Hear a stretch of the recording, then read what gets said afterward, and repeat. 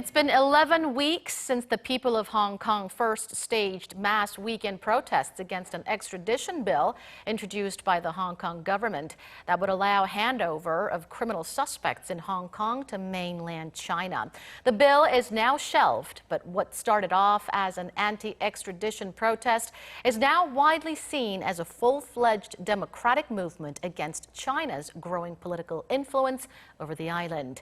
Just last weekend, some 1.7 million people, which is a quarter of Hong Kong's total population, took to the streets braving pouring rain to raise their voice. Today, we go in depth on Hong Kong protests that are showing no sign of subsiding with Professor Choo Jae-woo of Kyung Hee University. Thank you so much for joining us. Thank you.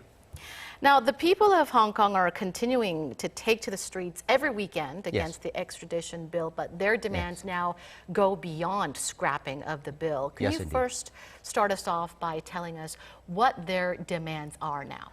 Okay, just like you pointed out, it started out with the announcement of extradition bill that was supposed to, pass Hong Kong's Congress in early March, as it was announced by the Chinese Communist Party in mainland China. And then that took everybody by surprise in Hong Kong, and they just immediately decided to go against it.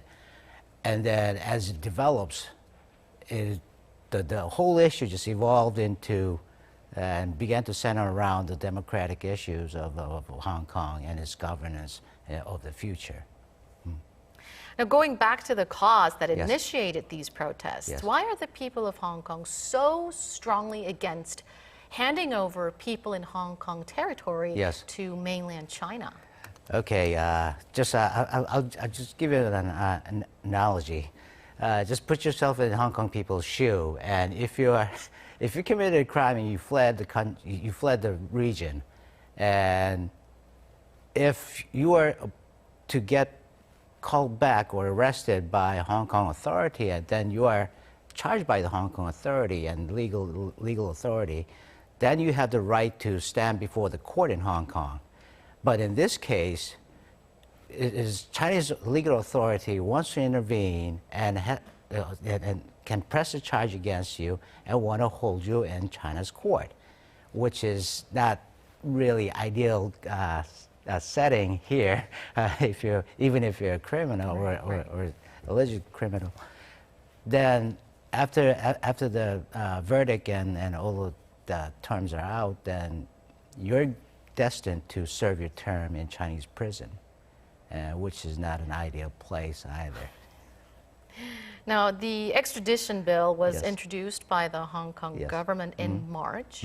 Why was the bill introduced to begin with? On what social or political backgrounds? Okay, with political background, I'm not too sure, but we can go with Chinese current government, incumbent government, trying to get a hold of all this media and then try to control the dissidents and so forth.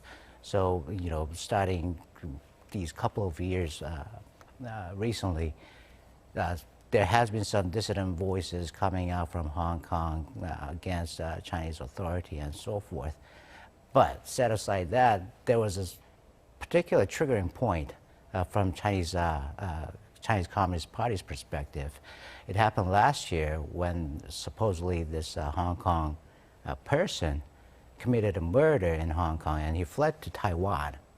And there's no way you can retrieve the person, or either Taiwan or Hong Kong, because they are both out of the jurisdiction of China. So that's why they decided to pass this bill.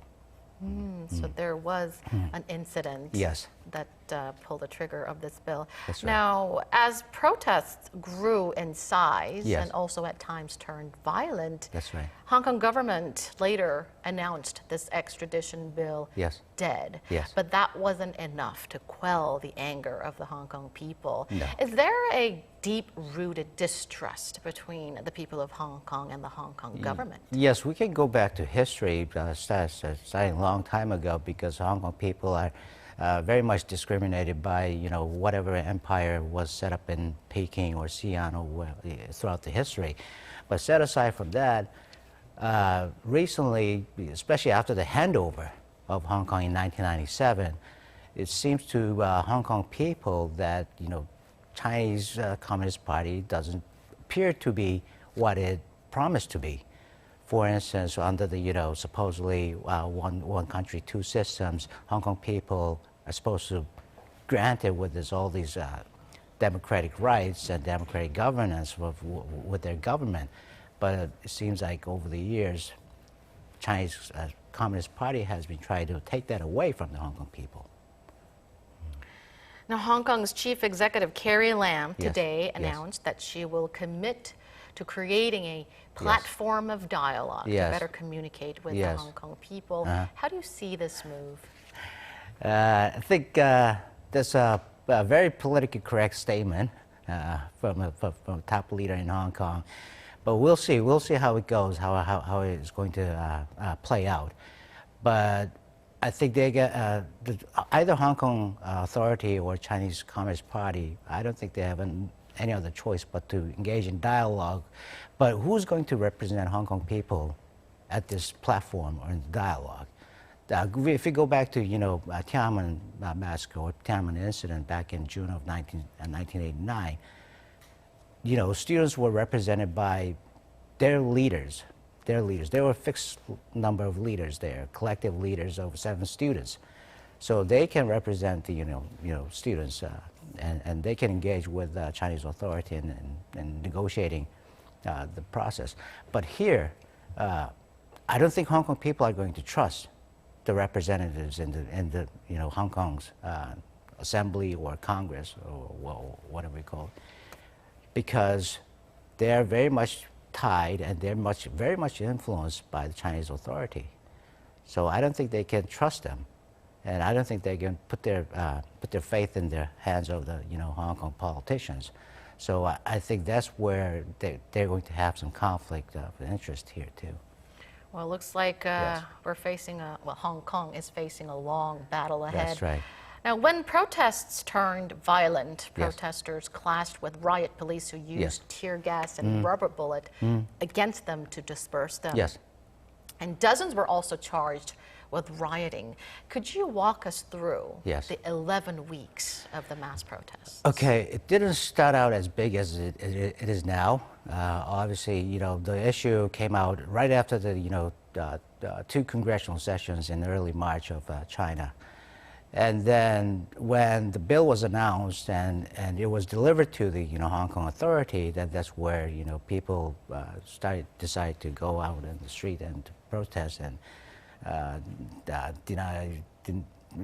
express their denial of accepting that bill. And then at the start, it was only about like tens of thousands of people. And then it started to grow because people started to identify the issue with their Hong Kong people's identity. That's where I think the whole issue, the whole thing just got blown out of proportion here, even to the interest of Hong Kong people, because now if your judicial rights is placed under the authority of CCP or mainland China, then I don't think they can expect fair trial or democratic jurisdiction, judicial practice, and so forth. So they tend to identify themselves with their own democratic value and the way Hong Kong people has enjoyed democracy. And they don't want CCP or mainland China has to do anything with their identity and the way that they've been practicing their legal governance and so forth. So the whole thing became blown out of proportion because it all started when they identify with the identity of Hong Kong people. And I think that was a turning point. And we started to see that starting in May. And then all of a sudden, starting in May, the whole democratic issue and the interest of the Hong Kong people in democracy just came out, just flat out. And they started to demand not only the canceling of this bill, but also at the same time, they decided to demand China to respect respect its promise of direct election of the leader of the Hong Kong people and so forth. So the whole thing just, the issue just went beyond the bill. Yeah. Now, it was only about 3 years ago Yep. when the people of Korea gathered in central Seoul for Yes. a peaceful candlelight vigil That's to right. protest against the previous Park Geun-hye administration. That's right. Some say that the people of Hong Kong were partly inspired by that movement. What do you say to that? Yes, because it was only recent time that happened in Korea in 16 and 17th, it's first half of the 17th, 17th. So definitely there might be some, traces that can be really tied between between Korea and Hong Kong. But if you look at Chinese case alone, then candlelight vigil also first happened in Taiwan back in '87. It started earlier than we did. And that's when the candlelight vigil just forced then the president of Taiwan to step down in 1987. So there was that, Chinese tradition of, candlelight vigil over peaceful protests and so forth. And I don't know if it is a good example, but, also in '89, it was rather peaceful democratic movement in Beijing, but it was squandered by the military forces. So unlike our case, which was very peaceful in our case in 16 and 17, but if we go back to our democratic movements, it was kind of, it had a lot of violent aspect, yeah. Right. Now, speaking of violence and military crackdown, Yes. the possibility of China's military crackdown Yes. is also becoming a big concern. That's right. China has actually carried out a couple of anti-riot drills, Yes. while also warning that the Chinese military can reach the Hong Kong border in 10 minutes. Yes. What are the chances of China forging ahead with its military intervention? I think the chance is getting less and less, thanks to the United States, because Trump yesterday he delivered his own message to China, and I think on the way here I heard it over the news that even Vice President Pence came out and tried to relate the issue to ongoing trade conflict with China. So they're trying to put some leverage over the trade issue on this particular issue. So I think the chance could be less and less, because if Trump and Pence are really serious about tying the issue to a trade issue, then I think China understands the consequences as they had experienced in '89 again. Yes. Now, on a related note, do you expect some active engagement from the U.S. on this matter? Yes, I think if the violence is going to get more severe, then I think the United States, I don't think it can remain idle and place itself in a reservation and on such a brutal consequences. So probably so. It'll force the United States to make a choice, and I think that'll be either direct or indirect engagement with the Chinese authority. Now, some people point out, since we have a few minutes left, Yes. a few more minutes left, some people point out that this was the red line. Yes. This extradition bill Yes. crossed the red line when Yes. the people of Hong Kong had been quite discontent about their government and Yes. China's flexing of its muscle over the island for quite some time. Yes. Could you give us some examples of perhaps some, I don't know, political incidents or, Yes. or whatnot that had angered the people of Hong Kong for, Yes. over the last few years? Yes. Like I said, Hong Kong people are very sensitive with their democratic value that they have enjoyed over the past 100 years or so under the British rule. So they're used to democratic governance and democratic way of living and democratic value and so forth. They do believe in democracy, and after the handover from Britain to China, like I said, one country, two-party system, two systems, is supposed to guarantee the democratic way of living in Hong Kong, and the democratic interests and values of Hong Kong people were supposed to be protected by and reserved by the Chinese authority. But these promises are gradually being broken. And I think that's where Hong Kong people got fed up. Okay, in 1997, after the handover, Hong Kong people thought they were going to vote their own leader, but instead it was designated by the Chinese authority. So it was the first case, and there was no institution really firmly established. So they conceded, the Hong Kong people conceded, and then comes the second term, second election, they thought they were going to have a direct vote, direct election of its own leader.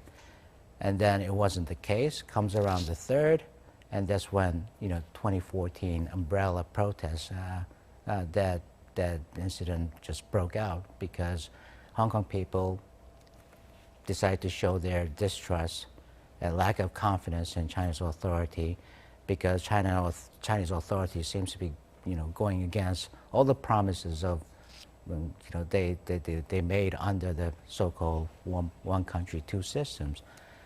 And then time just went on for another 5 years, and Carrie Lam got elected a couple of years ago, and they weren't too happy with it.